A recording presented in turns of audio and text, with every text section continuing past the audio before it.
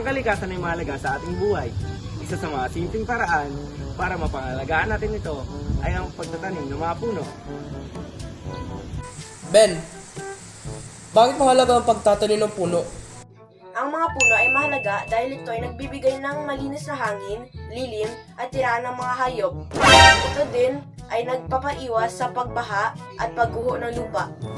Tama, may mga programa rin ang pamahalaan para sa pangangalaga ng kagubatan tulad ng Executive Order No. 26 na nagtatag ng National Greening Program. Kaya pala mahalagang makailangan tayo sa mga gawaing pangkalikasan eh. Hindi naman kailangan malaki ang gawin natin. Kahit pagtatanim ng isang puno at pag-alaga nito ay malaking tulong na.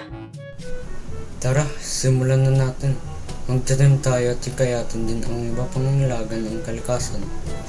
Ang pangangalaga sa ating kalikasan ay responsibilidad ng lahat. Sa bawat punong itinatanim natin, nagbibigay tayo ng mas magandang kinabukasan para sa ating susunod na henerasyon. At kapag nagugus tayo ng kamay o pinggan, huwag natin hayaan tuloy-tuloy ang tubig. Tama, kailangan natin magtipid sa tubig at kuryente para makatulong sa kalikasan.